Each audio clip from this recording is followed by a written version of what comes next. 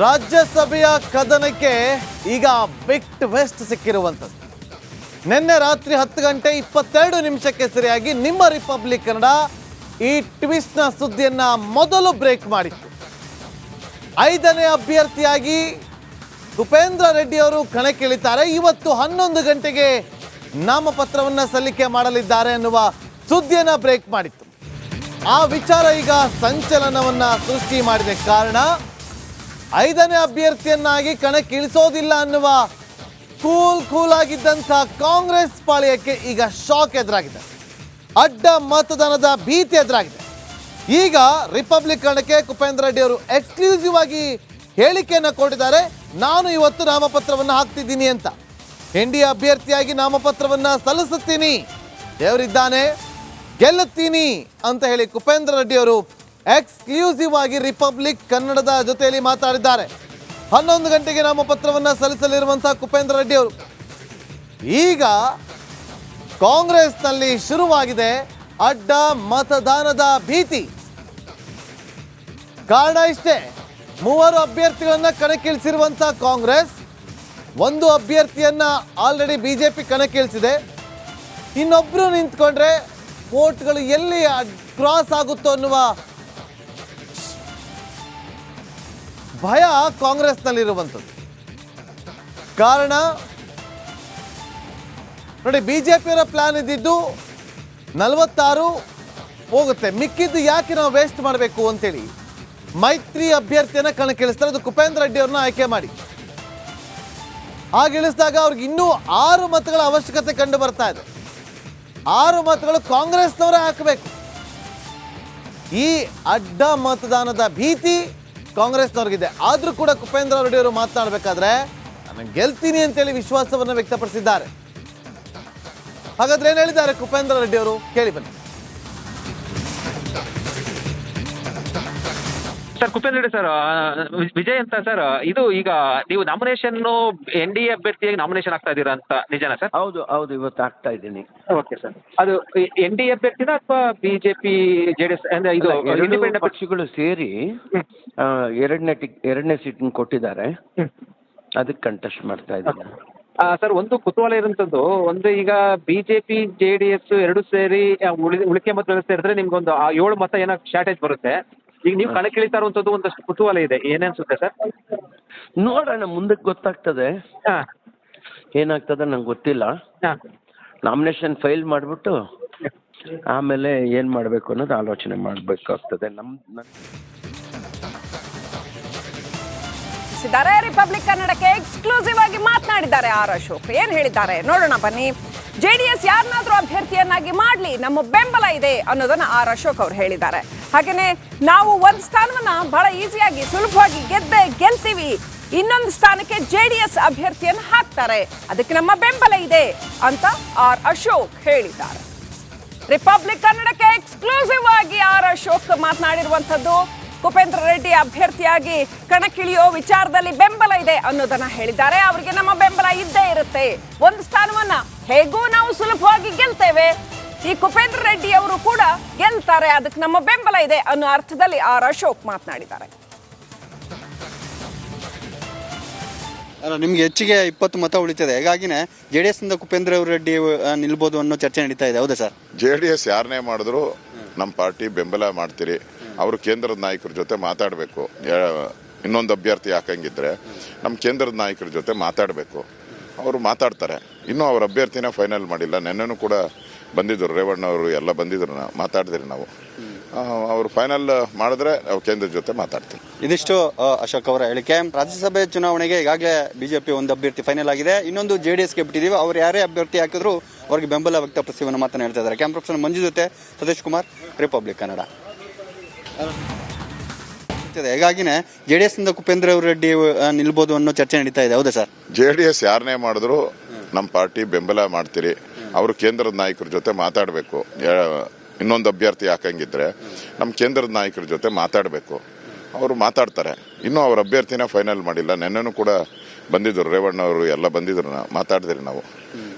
ಅವರು ಫೈನಲ್ ಮಾಡಿದ್ರೆ ನಾವು ಕೇಂದ್ರದ ಜೊತೆ ಮಾತಾಡ್ತೀವಿ. ಇದಿಷ್ಟು ಅಶೋಕ್ ಅವರ ಹೇಳಿಕೆ. ರಾಜ್ಯಸಭೆ ಚುನಾವಣೆಗೆ ಈಗಾಗಲೇ ಬಿಜೆಪಿ ಒಂದು ಅಭ್ಯರ್ಥಿ ಫೈನಲ್ ಆಗಿದೆ, ಇನ್ನೊಂದು JDSಗೆ ಬಿಟ್ಟಿದ್ದೀವಿ. ಅವ್ರು ಯಾರೇ ಅಭ್ಯರ್ಥಿ ಹಾಕಿದ್ರು ಅವ್ರಿಗೆ ಬೆಂಬಲ ವ್ಯಕ್ತಪಡಿಸುವ ಮಾತನ್ನು ಹೇಳ್ತಾ ಇದ್ದಾರೆ. ಕ್ಯಾಮ್ರಾ ಪರ್ಸನ್ ಮಂಜು ಜೊತೆ ಸತೀಶ್ ಕುಮಾರ್, ರಿಪಬ್ಲಿಕ್ ಕನ್ನಡ. ಈ ಬಗ್ಗೆ ಡೀಟೇಲ್ಸ್ ಪಡ್ಕೊಳ್ಳೋಣ. ನಮ್ಮ ಜೊತೆ ವಿಜಯ್ ನೇರ ಸಂಪರ್ಕದಲ್ಲಿದ್ದಾರೆ. ವಿಜಯ್, ಪೊಲಿಟಿಕಲ್ ನ್ಯೂಸ್ ಅಂದ್ರೆ ರಿಪಬ್ಲಿಕ್ ಕನ್ನಡ ಅನ್ನೋದನ್ನ ಮತ್ತೊಮ್ಮೆ ಸಾಬೀತು ಮಾಡಿದ್ದೀರಾ. ಈ ಕುರಿತಾದ ಎಕ್ಸ್ಕ್ಲೂಸಿವ್ ಸುದ್ದಿಯನ್ನ ಕೊಟ್ಟಿದ್ದೀರಾ. ರಾಜ್ಯಸಭಾ ಚುನಾವಣೆಯ ಒಟ್ಟು ಈಕ್ವೇಶನ್ ಅನ್ನ ಇದು ಬದಲು ಮಾಡುವ ಎಲ್ಲ ಲಕ್ಷಣಗಳು ಕಾಣ್ತಾ ಇದೆ. ಏನೇನೆಲ್ಲ ಆಗ್ಬೋದು ವಿಜಯ್? ಕಾಂಗ್ರೆಸ್ ಏನು ಮುಂಜಾಗ್ರತಾ ಕ್ರಮಗಳನ್ನ ಕೈಗೊಳ್ಳಬಹುದು ಅಥವಾ ಅಡ್ಡ ಮತದಾನವನ್ನ ತಪ್ಪಿಸೋದಕ್ಕೆ ಬಿಜೆಪಿ ಕಡೆಯಿಂದ ಅಡ್ಡ ಮತದಾನ ಆಗೋ ಹಾಗೇನಾದ್ರೂ ಪ್ಲಾನ್ ಮಾಡ್ತಾ ಇದ್ದಾರಾ? ಯಾವೆಲ್ಲ ರೀತಿಯ ರಾಜಕೀಯ ಚಟುವಟಿಕೆಗಳು ಗರಿಗೆದ್ರಿದ್ದಾವೆ?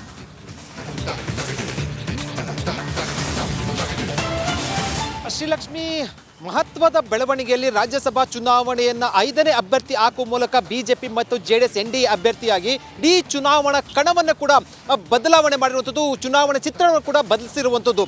ಯಾರ್ಯಾಕೆ ನಿರೀಕ್ಷೆ ಮಾಡಲಿಲ್ಲ, ಅಂತೆಕಂತೆ ಇತ್ತು, ಆದರೆ ನಿರೀಕ್ಷೆ ಮಾಡಲಿಲ್ಲ.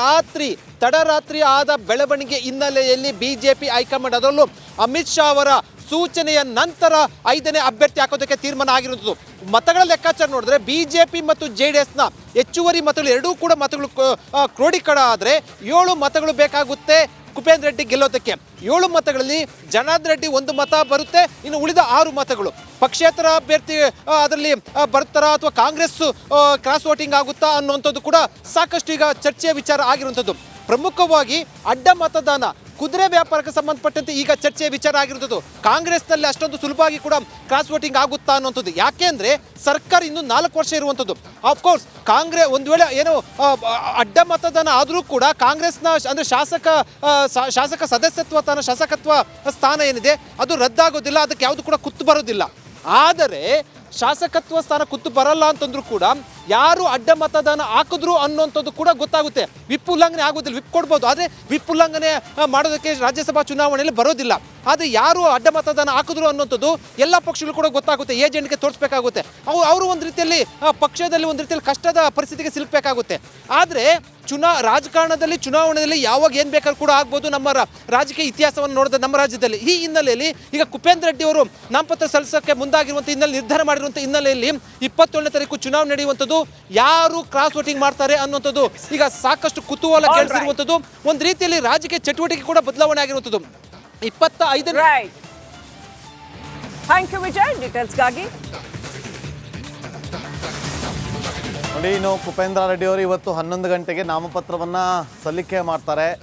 ನಾಮಪತ್ರವನ್ನು ಸಲ್ಲಿಕೆ ಮಾಡುವಂಥ ಸಂದರ್ಭದಲ್ಲಿ ಯಾರೆಲ್ಲ ನಾಯಕರು ಸಾಥ್ ಕೊಡ್ತಾರೆ ಅನ್ನೋದು ಕೂಡ ಕುತೂಹಲ ಇದೆ. ಈಗ ಕುಪೇಂದ್ರ ರೆಡ್ಡಿ ಅವರು ವಿಧಾನಸೌಧಕ್ಕೆ ಆಗಮಿಸಿದ್ದಾರೆ. ಅವರಿಗೆ ಮಾಜಿ CM HD ಕುಮಾರಸ್ವಾಮಿ ಅವರು ಸಾಥ್ ಕೊಟ್ಟಿದ್ದಾರೆ ಅನ್ನುವ ಮಾಹಿತಿ ಲಭ್ಯವಾಗ್ತಾ ಇದೆ. NDA ಅಭ್ಯರ್ಥಿಯಾಗಿ ಇವತ್ತು ಕುಪೇಂದ್ರ ರೆಡ್ಡಿ ಅವರು 11 ಗಂಟೆಗೆ ನಾಮಪತ್ರವನ್ನು ಸಲ್ಲಿಸಲಿದ್ದಾರೆ. ಗೆಲ್ಲುವ ಬಗ್ಗೆ ದೇವರ ಕಡೆ ಮುಖ ಮಾಡಿದ ಕುಮಾರಸ್ವಾಮಿ ಅವರು ರಾಷ್ಟ್ರೀಯ ನಾಯಕರು, ರಾಜ್ಯ ನಾಯಕರು ಸಲಹೆ ಕೊಟ್ಟಿದ್ದಾರೆ. ಮೈತ್ರಿ ಅಭ್ಯರ್ಥಿಯಾಗಿ ಕುಪೇಂದ್ರ ರೆಡ್ಡಿ ಅಭ್ಯರ್ಥಿಯಾಗಿದ್ದಾರೆ. ಚುನಾವಣೆ ವೇಳೆ ನಿರ್ಧಾರ ಆಗುತ್ತೆ ಮತಗಳ ಕೊರತೆಯ ಬಗ್ಗೆ ಅಂತೇಳಿ ವಿಧಾನಸೌಧದಲ್ಲಿ ಮಾಜಿ CM HD ಕುಮಾರಸ್ವಾಮಿ ಅವರು ಹೇಳಿದ್ದಾರೆ. ಕೇಳಿ ಏನು ಹೇಳಿದ್ದಾರೆ ಅಂತ.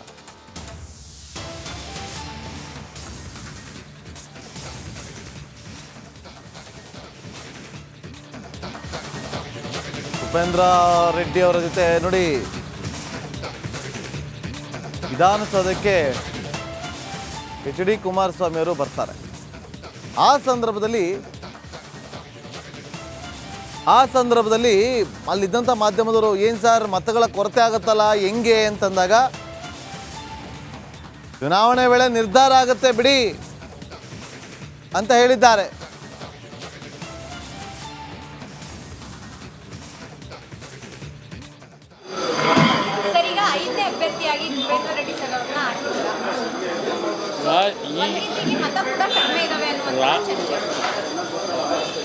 ರಾಜ್ಯಸಭೆಗೆ ಆಯ್ತಣ್ಣ ತಗೋಬೋದಾ?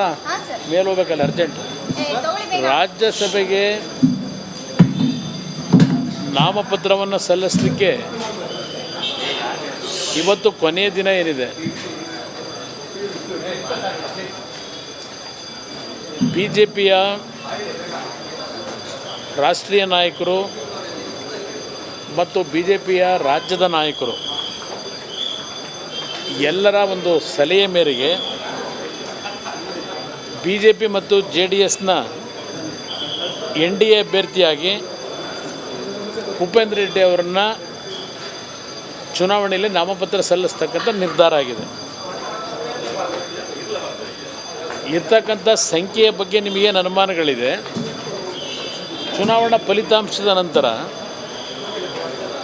ಯಾವ ರೀತಿಯ ಒಂದು ತೀರ್ಮಾನಗಳಾಗುತ್ತೆ ಅಂತಕ್ಕಂಥ ನೋಡೋಣ. ಏಕೆಂದರೆ ಚುನಾವಣೆಯಲ್ಲಿ ನಮ್ಮ ಪಕ್ಷದಿಂದಲೂ 19 ಶಾಸಕರಿದ್ದಾರೆ, ಬಿ ಜೆ ಪಿಯಿಂದ ಒಬ್ಬ ಅಭ್ಯರ್ಥಿಗೆ ಸಂಖ್ಯೆ ಏನು ಬೇಕಿದೆ, ಅದ್ರ ಜೊತೆಗೆ ಅವರಲ್ಲೂ ಹೆಚ್ಚುವರಿ ಮತ ಇದೆ.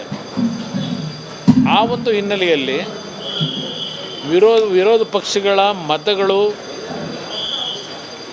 ನಷ್ಟ ಆಗಬಾರ್ದು ಅಂತಕ್ಕಂಥ ದೃಷ್ಟಿಯಿಂದ ಒಂದು ಅಭ್ಯರ್ಥಿಯನ್ನು ಚುನಾವಣಾ ಕಣದಲ್ಲಿ ನಿಲ್ಲಿಸಿ ಎರಡೂ ಪಕ್ಷಗಳ ಮೈತ್ರಿಯ ಒಂದು ಹೊಂದಾಣಿಕೆ ಇದೆ.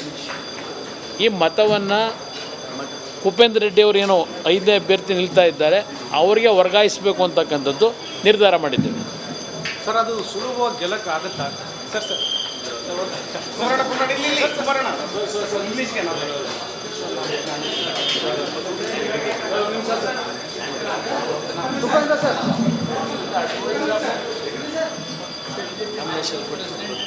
ನಾಮಪತ್ರ ಸಲ್ಲಿಸಿ ಅಲ್ಲ, ಶಂಕಲ್ಲೇ ಬಂದಿದೆ, ಸ್ಪೂನಲ್ಲೇ. ಬನ್ನಿ ಸರ್, ಒಂದು ಸರ್.